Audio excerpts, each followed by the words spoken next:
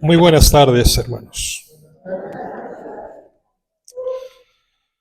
Seguimos con esta reflexión, siguiendo la narración del Evangelio de Juan en estos días, en estas semanas, sobre el gran discurso eucarístico. No pierdan de trasfondo que Jesucristo está explicando desde la interpretación de Juan el misterio del sacramento de la Eucaristía. Empezamos la semana pasada con la multiplicación de los panes y seguimos ahora con este discurso del pan de vida.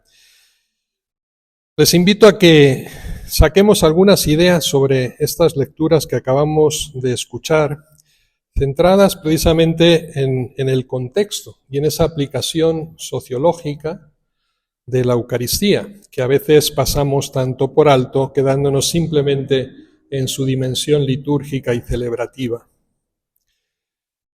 El hambre. Recuerdan la semana pasada la multiplicación y la consecuencia de haber saciado a aquella multitud que solamente contando a los hombres alcanzaban los 5.000. Y la consecuencia de aquella multiplicación fue, llamémoslo así, el éxito popular. Y precisamente Jesús desaparece y se va porque se temía que querían hacerlo rey. ¿Por qué querían hacerlo rey? Simplemente porque había saciado su apetito y su hambre momentáneo. Pero Jesús no busca ni quiere populismos. La multitud comió, se sació, quedó satisfecha. Pero quieren eso solamente, satisfacer su hambre material. Y por eso es que quieren proclamarlo rey. Un rey que cubra simplemente sus necesidades básicas. Y Jesús siempre, siempre va a rechazar cualquier tentación populista. Y esto lo podemos leer también a raíz de nuestra historia reciente. Aquí en nuestro país vivimos hoy día un gobierno populista y podemos hacer un poquito la comparativa de lo que vivió aquella gente, lo que buscaban con Jesús y lo que estamos viviendo nosotros hoy. Nos sirve para definir un poquito qué es el populismo. El populismo parte de crearte una necesidad para después intentar colmar, saciar esas carencias generalizadas en el pueblo y generando de esta manera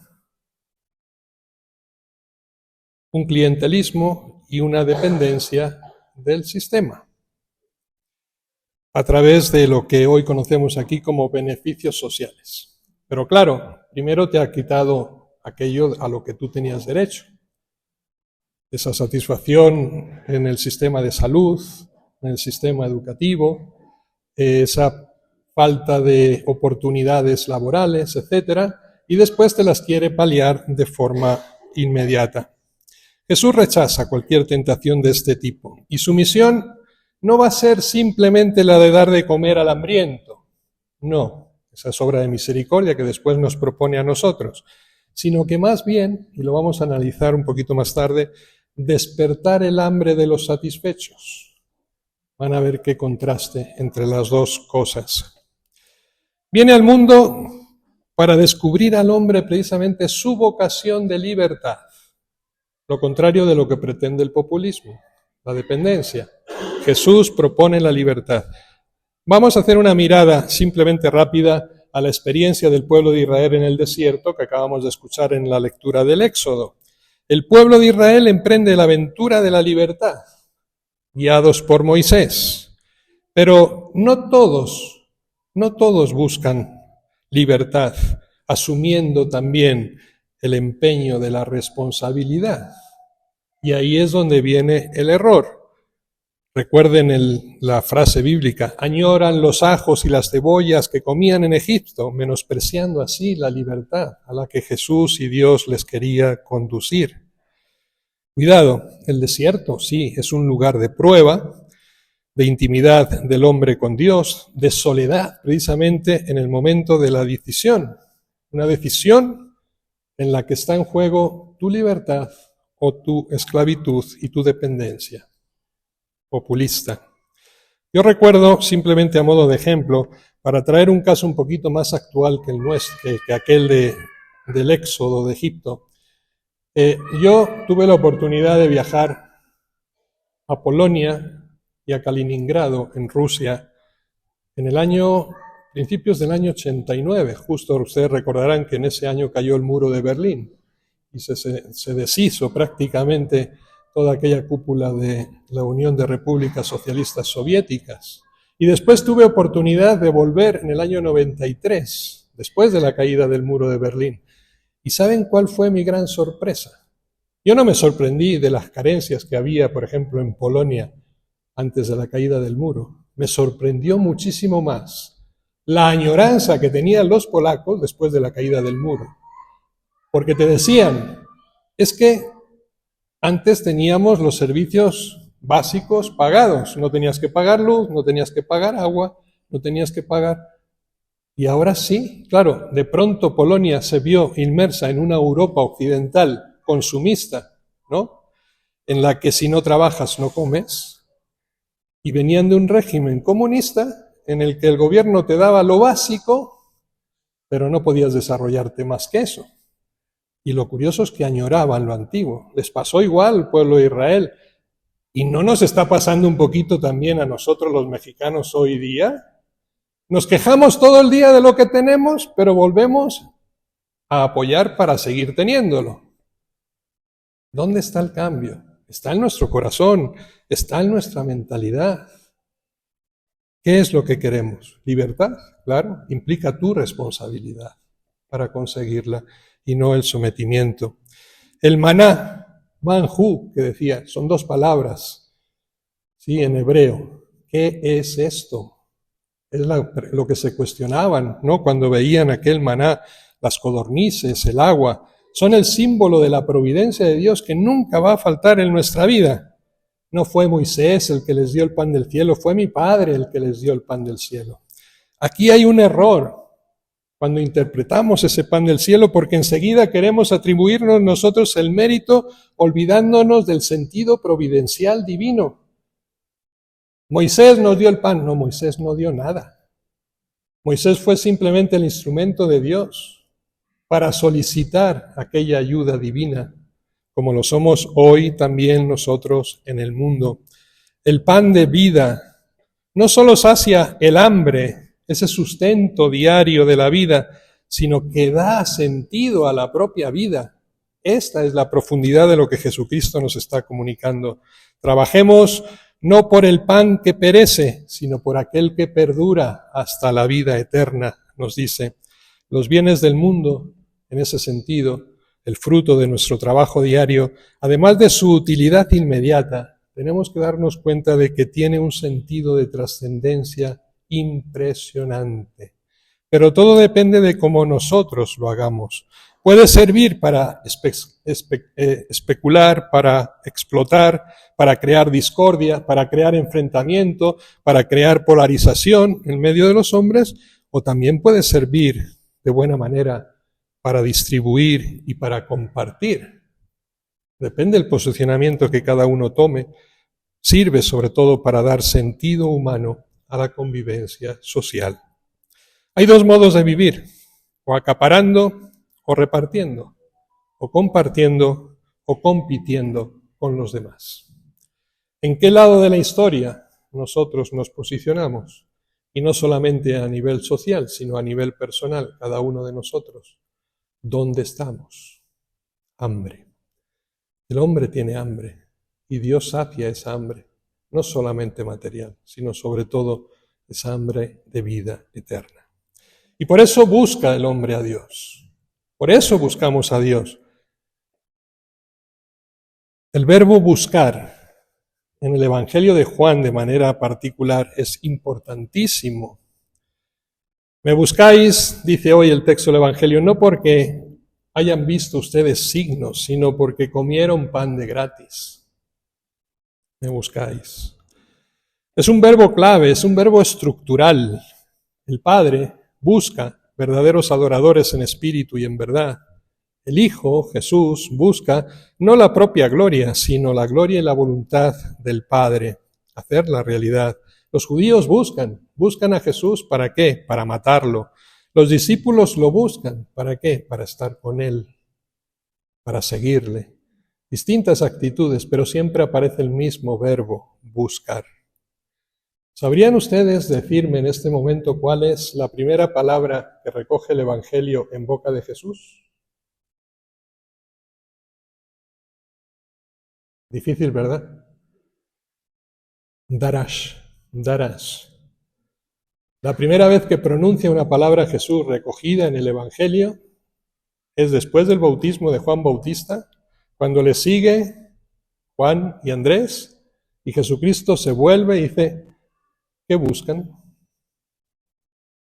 ¿Qué buscan? Darash, la búsqueda. Primera palabra. ¿Sabrían decirme una de las últimas que pronuncia Jesús en el Evangelio? Darash. Cuando está llorando María Magdalena en el sepulcro, ¿no? Porque se han llevado al Señor, y Jesús viene y dice, ¿a quién buscas, María? Es un verbo estructural que aparece permanentemente con muchísimo significado de profundidad en el Evangelio de Juan. No basta buscar, hay que verificar, y es el cuestionamiento que yo les hago hoy, porque me lo hago a mí mismo tantas veces. Hay que verificar la razón de la búsqueda. ¿Por qué buscamos a Dios? ¿Qué es lo que esperamos de Él? Jesús plantea la pregunta provocadora, ¿qué esperáis de mí? ¿Qué esperan obtener de mí? Jesucristo criticó a aquella multitud porque le buscaba de manera simplemente utilitarista. Pregunta para obligarnos a tomar conciencia de la verdadera motivación y del real objetivo de nuestra búsqueda de Dios. Y en ese yo quisiera resumirlo en dos tipos, básicamente. Hay quien busca a Jesús por motivos utilitaristas o en clave puramente intelectual, por querer saber más de Él.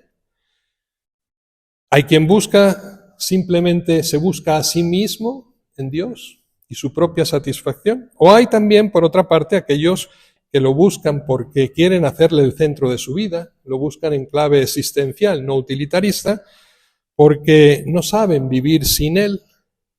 Hay quien lo busca para instrumentalizarlo o hay quien lo busca para quedarse con Él. Los primeros están destinados al fracaso, los segundos están destinados a llegar al encuentro personal con Cristo. Pero Jesús, y esto es lo más importante, critica la búsqueda interesada y reductiva, porque no le buscan a Él, sino la ventaja material que pueden conseguir de Él. Y esto nos debe cuestionar mucho a nosotros. Jesucristo critica el que no supieron identificar los signos que Él estaba haciendo. Si no creen en mí, por lo menos crean en los signos que yo hago. Pero aquella gente se negaba a identificarlo. Hay tres reacciones distintas frente a estos signos que Jesucristo está realizando permanentemente. Yo lo resumo así. Primero, lo podríamos llamar una ceguera voluntaria.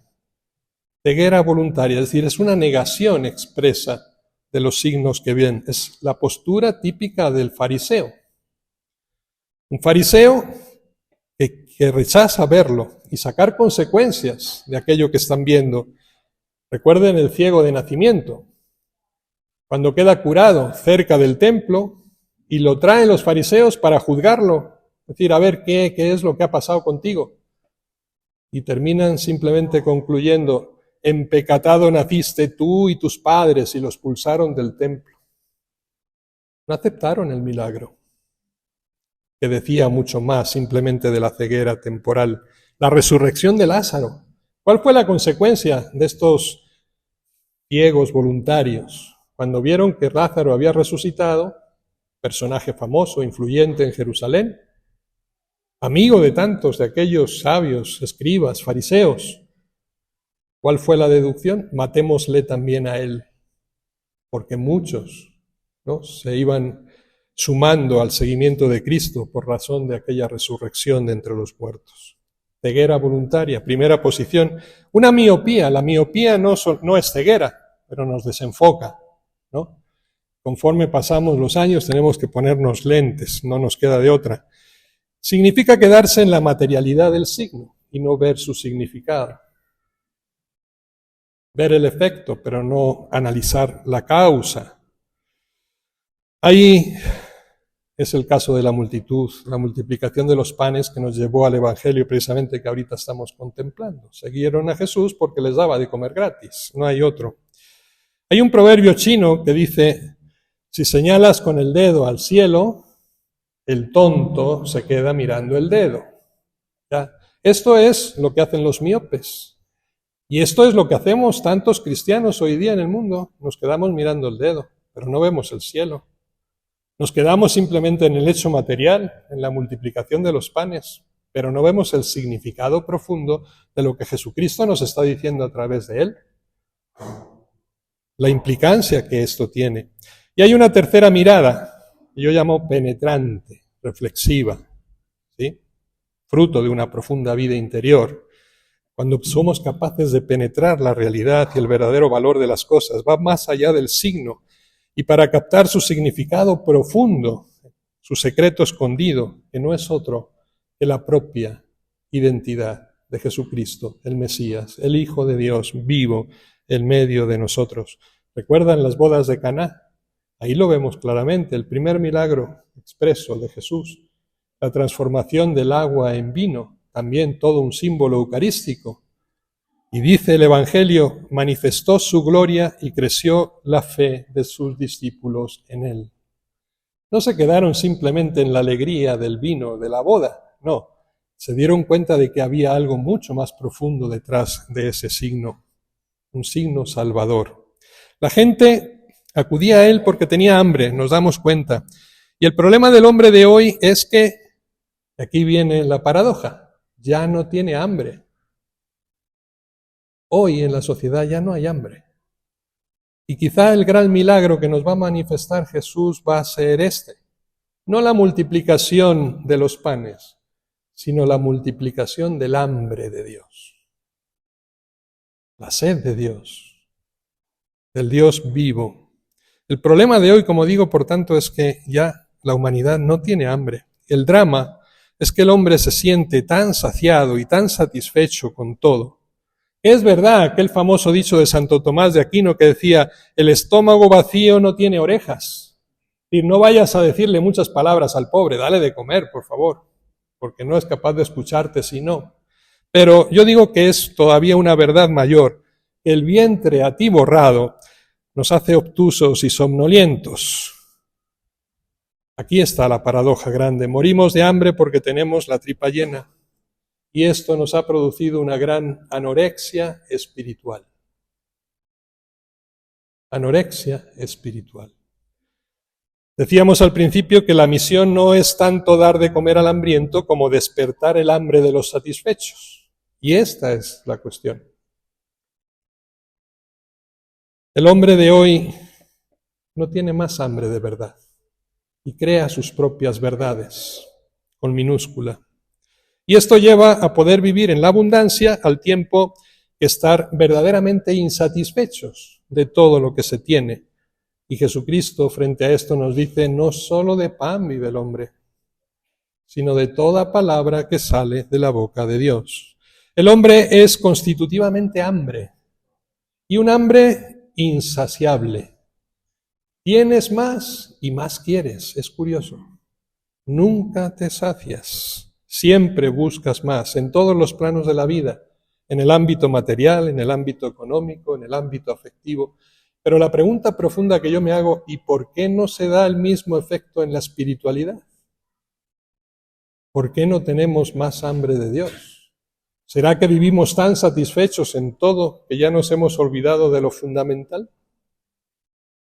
Esta es la Eucaristía. Y ese es el hambre que quiere saciar. El hambre espiritual, esa anorexia espiritual de la que hablo. Morimos de hambre porque tenemos la tripa llena. Ese es el problema. Y somos capaces de pronunciar o de mal pronunciar aquella frase paulina. comamos y bebamos que mañana moriremos. Claro, nos olvidamos del contexto. Si Jesucristo no ha resucitado, entonces comamos y bebamos que mañana moriremos. Porque si Jesucristo ha resucitado, la muerte ya no tiene dominio sobre nosotros y entonces el fin ya no es comer y beber, sino saciarnos de ese pan vivo bajado del cielo, que nos dará la vida eterna. Ha llegado el momento de pedirle a Dios, precisamente, hermanos, que nos ayude, porque ya no tenemos hambre. Nos sentimos satisfechos, no tenemos necesidad de Él, de pedirle a Dios que nos dé siempre de ese pan. Hambre, búsqueda y esta solicitud grave que tenemos que saber interpretar bien. Yo veo aquí dos problemáticas. Primero, la de asegurar el pan a una multitud hambrienta. No deja de ser significativa y siempre actual. Un problema social que siempre tendremos los cristianos de frente a nuestros ojos y ante el que tendremos que responder. Pero hay una segunda problemática más profunda e intensa: hacer sentir hambre a otra multitud mucho más amplia que la anterior, que ya no puede ni sabe vivir por falta precisamente de hambre espiritual. Y el segundo milagro que quiere operar Jesús es mucho más difícil que el primero, pero yo diría también que más necesario: multiplicar el hambre de la humanidad por Dios. Y este es nuestro cometido como apóstoles. Y este es el verdadero sentido de la Eucaristía que nosotros vivimos aquí en la Iglesia y que continuamos viviendo después, o deberíamos, en nuestra vida. Miren, queridos hermanos, es más fácil dar a quien implora, incluso con los ojos. Recuerden la frase del Salmo: los ojos de todos están aguardando, tú les das la comida a su tiempo. Salmo 141. Pero es más fácil dar a quien implora, quizá ese poquito de auxilio caritativo que nosotros tenemos aquí expresado, ¿no?, con nuestro Domingo de la Caridad, que suscitar ese deseo profundo, que hacer consciente de una necesidad esencial mucho más grande y que convencer de esa necesidad de pedirle a Dios aquello que después podemos dar. El hombre busca saciarse de lo que no puede satisfacerle y siempre, siempre, irremediablemente vuelve a tener hambre. Saciamos el hambre por un momento y volvemos a tenerla. Dice el profeta Isaías: ¿por qué gastan dinero en lo que no alimenta y el salario en lo que no da hartura? Gastar dinero, gastar la vida en la búsqueda afanosa de cosas fútiles que en realidad no nos satisfacen. El hombre que sabe dar, curiosamente no sabe pedir, porque pedimos mal, y entonces es Dios mismo el que nos enseña a pedirle correctamente. Oíd, sedientos todos, acudan por agua. Dios nos está pidiendo al hombre que pidamos, que imploramos, que nos demos cuenta de nuestro hambre y de nuestro sed, porque Dios nos da siempre a manos llenas, pero no solo se puede estar delante de Dios como criaturas del deseo, como criaturas de necesidad. Esa es la actitud que tenemos que tener frente a Dios, y entonces Él sí nos saciará plenamente. Dios da lo que es esencial para la vida. Dios da siempre desde el signo de la gratuidad. Y esto es algo que también nos cuesta entender mucho, porque le hemos puesto precio a todos, a todo. Hemos puesto incluso precio a Dios. Compren, coman sin pagar, todos los que, incluso aquellos que no tienen dinero. Son textos de la sabiduría. Un Dios gratuito, eso sí, es incómodo, es insoportable, es embarazoso. Es decir, preferimos tener nuestras cuentas claras con Dios para no tener ninguna deuda con Él. Y venimos y le ponemos una velita al Santísimo o al Santo de turno. Mañana lo veremos aquí con San Judas Tadeo cuando lleguen sus reliquias. Vendremos, le haremos una ofrenda. ¿A cambio de qué? ¿Qué le vamos a pedir? Porque pensamos que ya le hemos pagado con eso. Ese es el Dios que nos gusta. Tú nos arreglas este asunto y yo te ofrezco esta ofrenda. Dios no nos dice ¿qué es lo que me puedes dar? Nunca te va a cuestionarte qué eres capaz de darle. Dios, la pregunta que te está haciendo desde el corazón es ¿qué eres capaz de recibir de mí? ¿Qué eres capaz de recibir de Dios? Es un Dios de gratuidad, es un Dios que lo da todo, con tal de que se lo pidas de manera auténtica. Multiplicar corazones compasivos, hombre corresponsable con las necesidades ajenas. Es cierto, lo leíamos el domingo pasado, denles ustedes de comer. No los despachen sin nada. Primera necesidad. Pero el verdadero milagro, el que nos está pidiendo Jesús hoy, es dejarse implicar en esa situación del otro. No simplemente quitarte el problema de encima, es decir, conmoverte con el dolor ajeno, unirte porque te has sido interpelado por la necesidad del hermano, compadecerte de su miseria, ser sensible ante su situación desesperada. ¿Somos, queridos cristianos, capaces de hacer eso? Ese es el verdadero trasfondo de la cuestión. Jesús no se compadece simplemente de una multitud que le rodea, multitud de personas, pero que no son para Jesús el marco externo. Para el populismo sí. Es la pobreza necesaria para mantenerme en el poder.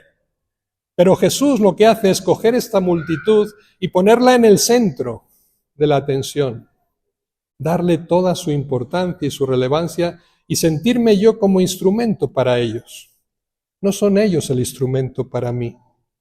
Esta es la diferencia entre Jesús y nuestros gobernantes, que incluso se quieren comparar como Mesías con Él. La multitud en el centro. Y no se limita Jesús a hablarles, sino que se hace cargo de ella, asume la responsabilidad por todos. Él mismo, antes que el pan, se da literalmente a sí mismo como comida. Esta es la Eucaristía. Él se da como comida. El orador, y aquí puede hablar del Padre Ángel que le está dirigiendo esta homilía, o pueden pensar también en la mañanera de cada día, de 3 horas de aburrimiento. El orador ama a la multitud, ama a su auditorio. ¿Por qué? Porque son su instrumento, porque quiere provocar su admiración, su abrazo y sus aplausos. Ese es un gran orador, pero nada más que ahí, porque después del discurso, la pregunta es, ¿estamos dispuestos a responsabilizarnos de ellos? ¿O simplemente queríamos su aplauso? ¿Vamos a asumir nuestra responsabilidad después? ¿O terminando y cerrando la emisión de la mañana me voy a dormir? Y además pongo unas barras de seguridad para que nadie se pueda acercar a mi casa a pedirme nada de lo que yo les he ofrecido. Esta es la realidad, la de Jesús y la de nuestra vida diaria. ¿De qué parte nos posicionamos? Jesús ama a la multitud por sí misma. La ama en su plena dignidad. El discurso es solamente el instrumento, no es el fin. ¿Qué pasaría si después del discurso los oyentes se presentasen con la bolsa para pedirnos a los sacerdotes o a los oradores o a los presidentes, etcétera, exponerles su problema, abrir sus heridas, implicarles precisamente en sus dificultades, en un largo, etcétera, etcétera, etcétera? Vamos a hacer realidad, vamos a poner por obra aquello que hemos expresado de palabra, o simplemente quedará en bellos discursos. Todo cristiano, y no solamente el que está aquí orando, es responsable del hambre del otro. Hambre de pan, hambre de amor, hambre de amistad, hambre de comprensión, de escucha, de justicia. El mundo tiene hambre y nosotros tenemos que saciarles. El cristiano jamás suena, en el cristiano jamás puede sonar la palabra despedir. Nunca, jamás. Siempre es la hora de acoger. Siempre es la hora de acoger, de dejarse implicar y de ponerse a disposición de todos los demás. Jesús intenta el milagro de la multiplicación de los hombres responsables y no solamente la multiplicación de los panes. La tentación de los apóstoles va a estar siempre presente, entonces y ahora. Diles que se marchen y Jesucristo te dirá, al menos en tu conciencia, dale tú de comer. Dale tú de comer, con los medios que yo te voy a dejar, que no son los tuyos, que es mi gracia la que te va a servir. Por tanto, terminada la predicación es el momento de la acogida, y tras la liturgia de la palabra y del hablar y de la Eucaristía, empieza la liturgia de las manos, del actuar. El amor de Cristo jamás aparta. Y así es como tenemos que interpretar precisamente esas palabras de San Pablo a los romanos, que les decía, hermanos, ¿quién podrá apartarnos del amor de Cristo? ¿La aflicción, la angustia, la persecución, el hambre, la desnudez, el peligro, la espada? Yo les invito a que invirtamos estas palabras de San Pablo. Cuando estamos envueltos en ese amor de Cristo, nada, absolutamente nada, ninguna tribulación podrá apartarnos tampoco del amor al prójimo. Y si no amamos suficientemente a nuestro prójimo, que es el verdadero efecto de la Eucaristía en nuestra vida, entonces lo que debemos de cuestionarnos es, ¿estamos amando realmente a Dios? ¿O simplemente estamos figurando aquí como un número en el templo? Porque no se puede amar a Dios a quien no se ve si no se ama al hermano a quien ves y a quien tienes a tu lado. El amor nos hace responsables por el hermano atribulado, angustiado y amenazado y despojado de su dignidad, y nuestra propia debilidad nos abre el camino precisamente a la necesidad de Dios en nuestra vida, porque es el único que puede satisfacer realmente el hambre espiritual y curar esa anorexia profunda que hoy la sociedad está viviendo en el mundo. Nuevo mensaje de la Eucaristía, que a lo mejor y posiblemente ninguno de ustedes se había parado a pensar. La Eucaristía no es simplemente el misterio del altar. La Eucaristía es que Dios ha hecho en cada uno de ustedes un altar en el que se quiere sacrificar diariamente por sus hermanos. ¿Ejerceremos realmente nuestra misión en este mundo? Esa es la pregunta que ustedes se tienen que llevar a casa como tarea por cumplir. Que así sea.